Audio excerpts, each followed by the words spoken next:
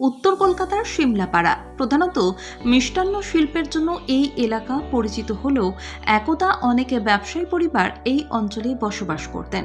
তাদের মধ্যে দুর্গাচরণ মিত্র, রামদুলাল সরকার প্রমুখেরা উল্লেখযোগ্য। এই সব পরিবারগুলোর মধ্যে তন্তু বণিক সম্প্রদায়ভুক্ত নানা পরিবারের উল্লেখ পাওয়া যায়।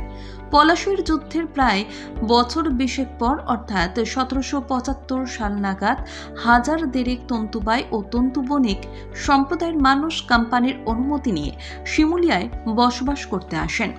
তাদের মধ্যে ছিলেন রাজবোলহাট থেকে আসা নান পরিবারের এক পূর্বপুরুষও। তন্তুবাই সম্প্রদায় হওয়ায় তারা সুতোর ব্যবসা করতেন। পরবর্তী এক উত্তরপুরুষ রামসুন্দর নানের পুত্র ঈশ্বরচন্দ্র নান পারিবারিক ব্যবসা ছেড়ে ইস্ট ইন্ডিয়া কোম্পানির স্টিভেট হলেন।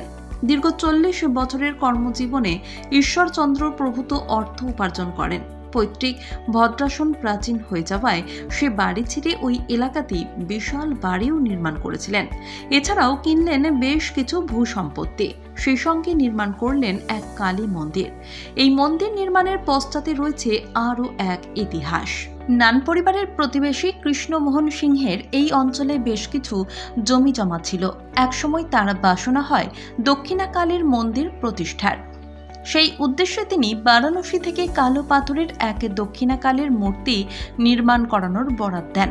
কিন্তু সেই মূর্তি বারাণসী থেকে নৌকাযোগে যেদিন কলকাতার আহিরিটোলা ঘাটে এসে পৌঁছয়, সেদিনই তার পরিবারের কোনো এক আপনজনের মৃত্যু হয়।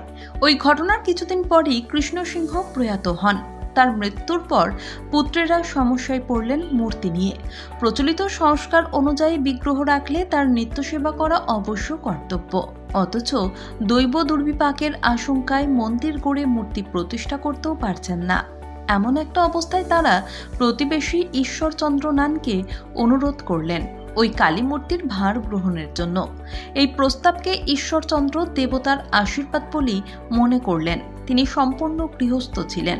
ইস্ট ইন্ডিয়া কোম্পানিতে স্টিভেডার হিসেবে কর্মজীবন শুরু করার পর নিজের বাড়িতে দুর্গোৎসবের সূচনা করেছিলেন। চাকরি জীবন তো বটেই, এবং অবসর নেওয়ার পর বেশ কিছু জমি জমা ক্রয় করে রেখেছিলেন উত্তর পুরুষদের জন্য। সেই জমির 6 কাঠা অংশের উপর 1863 সাধারণাব্দে এক নবরত্ন মন্দির নির্মাণ আরম্ভ করলেন ঈশ্বরচন্দ্র। 2 বছর লেগেছিল এই মন্দির তৈরি হতে। 1865 সাধারণাব্দের রথযাত্রার দিন কৃষ্ণমোহন সিংহের পরিবারের কাছ থেকে পাওয়া ওই দক্ষিণাকালের মূর্তিকে নিস্তারিণী নাম দিয়ে সদ্য নির্মিত মন্দিরে প্রতিষ্ঠা করলেন এবং সেই সঙ্গে পীঠ রক্ষক হিসেবে প্রতিষ্ঠা করলেন ভুবনেশ্বর শিবলিঙ্গ। সেই থেকে রথযাত্রার দিনটিকে নিস্তারিণী কালী মন্দিরের প্রতিষ্ঠা দিবস হিসেবে পালন করা হয়। নান পরিবারের দেবত্ব কর্মসূচিতে দিনটা নিস্তারিণী মায়ের জন্মতিথি নামে চিহ্নিত। এখনও প্রতি বছর রথের দিন কয়েকজন ব্রাহ্মণকে তৈজস্যপত্র ও ফলমূল দিয়ে আপ্যায়ন করে নিস্তারিণী কালী বিগ্রহের জন্মদিন তথা মন্দিরের প্রতিষ্ঠা দিবস হিসেবে পালন করা হয়। ঈশ্বরচন্দ্রের মৃত্যুর পর তার 2 পুত্র মতিলাল ও শ্যামলালের উপর ভার পড়ল নিস্তারিণী কালীর মন্দির ও পারিবারিক দুর্গাপুজোর দেখাশোনা করার। ততদিনে অবশ্য 2 ভাই আলাদা আলাদা বাসস্থান নির্মাণ করে সপরিবারে বসবাস আরম্ভ করে দিয়েছেন। মন্দির রক্ষণাবেক্ষণ, দেবসেবা ও দুর্গোৎসবের জন্য অর্থ সংস্থান করা ছিল ঈশ্বরচন্দ্রের তৈরি করা দেবত্র ট্রাস্টে। বর্তমানে তাদের উত্তরপুরুষরা দেখাশোনা করেন এই মন্দির ও অন্যান্য সম্পত্তির।